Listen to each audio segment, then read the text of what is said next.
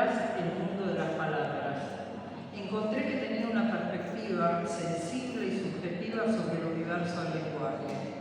Esta perspectiva se fue construyendo a través de la mirada interna, que es testigo por sobre y por debajo de la palabra que escribo y de los entre palabras que nos permite la puntuación. Estaba escribiendo y detuve la escritura. Nosotros estamos tejidos por palabras, consideré. Estamos además entretejidos por la traducción fónica del concepto y el correlato mental del significante. Y lo interpreté así, que es una lana que va desde la comunicación interna y o externa, que se tensa y se hace nudo, o se desliza y teje, nos teje, en y con la relación que constituye la unidad del signo lingüístico. En ese ser tejidos estamos unidos. Sobre cuáles son los puntos de unión en cada encuentro humano podemos tener ignorancia de la cantidad y la calidad de lana que nos atraviesa e involucra atravesando a otros. Pero desde esta perspectiva, que lo estoy viviendo mientras escribí este libro, tengo la certeza momentánea de que estamos tejiendo y siendo tejidos a la vez. Ya fuimos todos entretejidos por las palabras, porque venimos con palabras de otras generaciones que nos dan identidad y con ella creencias, prejuicios, fanatismo y otras tantas cosas más. Así lo reflexioné en el proceso mientras escribía. Entonces, ¿para qué sirve considerar traer a la conciencia que estamos tejiendo significado permanentemente y a su vez siendo tejidos? Después de un tiempo me respondí lo siguiente: si está en la conciencia el modo que pienso y estar en el mundo y la forma que expreso lo que es sentido, lo que estoy vivenciando, puede invitarnos a la reflexión sobre el significado creado y puede seguir recreándose indefinidamente en nosotros y en los otros, sin desvirtuarse con tanta facilidad. Repito esto: el modo que pienso el estar, la forma que expreso lo que siento sobre lo que estoy vivenciando. No me refiero a lo imaginado ni a lo que debe ser. Y me quedó la inquietud de qué sucede cuando esto no sucede. Y me pareció que es algo a experimentar. Como autora, desde la escritura, y seguramente hay otras formas de observación de ese mundo interno que cada uno tenemos para considerar cómo me pienso en el mundo y cómo expreso el sentir sobre lo que estoy viviendo. La voz que considero es mi identidad, en primera instancia, tal vez todos lo sabemos, pero no lo tenemos presente, está constituida por otros. Yo no elijo cómo voy a ser nombrada, etc. No elijo, tampoco soy clasificada, soy integrada, puesta en palabras según el lenguaje de otros, que está enraizado en el signo lingüístico. Después, con ese lenguaje familiar, es la voz con la que nos vamos a expresar. Yo, como autora, la nombro voz expresiva. Cuando mi voz expresiva, formada por esa voz hablante familiar, esa que me definió, la voz social de mi tiempo, y mi voz susurrante de la intimidad, esa que habitualmente acallamos, donde puja el deseo y lo vital, eso que está por debajo de la palabra y de la onomatopeya, busca expresarse.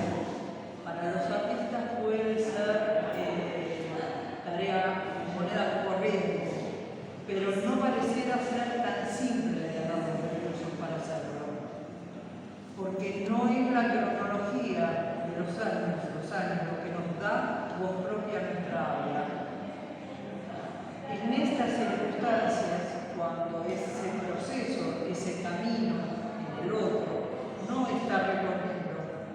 la palabra del otro, en este caso de una autora con este libro, nos permite, como lectores o como escuchantes, si nos leen, identificarnos y encontrar resonancia interna.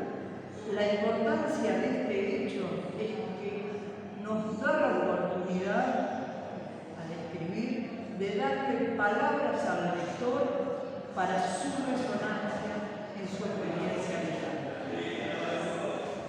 Consideremos que los autores entregamos un mundo. En este caso, como son cuentos cortos, un puñado de munditos, donde cada uno va a recoger, seguramente si lo lee, los tesoros que encuentre, posiblemente no los que estén en el libro, los que ustedes encuentren. Y en el proceso de creación, otro recorrido de reflexión fue que si podía considerar mi voz como una voz dinámica que se piensa y se repiensa y no se estanca y no genera compartimentos estancos. Esos compartimentos que suelen perder conexión, que estamos llenos en la vida cotidiana, ¿no? Ella está cosa, el otro está la otra, el otro no sé cuánto. Si pudiéramos pensar, sin tener la espera del resultado, la voz como fluido, como río, como una manera de vivir el pensamiento. La palabra escrita a mí me ha permitido recorrer este camino sobre el que estoy reflexionando y estoy compartiendo, y es una bendición poder compartirlo con ustedes. Entonces quiero dejarles unas preguntas que tal vez ya se hicieron, que de algún modo considero que inician este recorrido. ¿A dónde van las palabras dichas? Estas palabras que yo estoy diciendo ahora, las que dijo su hermano, su mamá, las que tienen en su voz interior, ¿a dónde van? En algunos pueblos creen que se las lleva el viento, en otros creen que no se lleva nada el viento. Y entonces, ¿a dónde están las palabras escuchadas? Las palabras que escuchamos hoy, ayer, hace mucho. ¿Dónde se les alojan a cada uno de ustedes las palabras que les gustan? ¿Y por qué algunas nos quedan en el tiempo? ¿Y por qué acuñamos algunos decires? Voy a remitirme a algo personal, que es, la palabra nostalgia permite un sinónimo como morriña.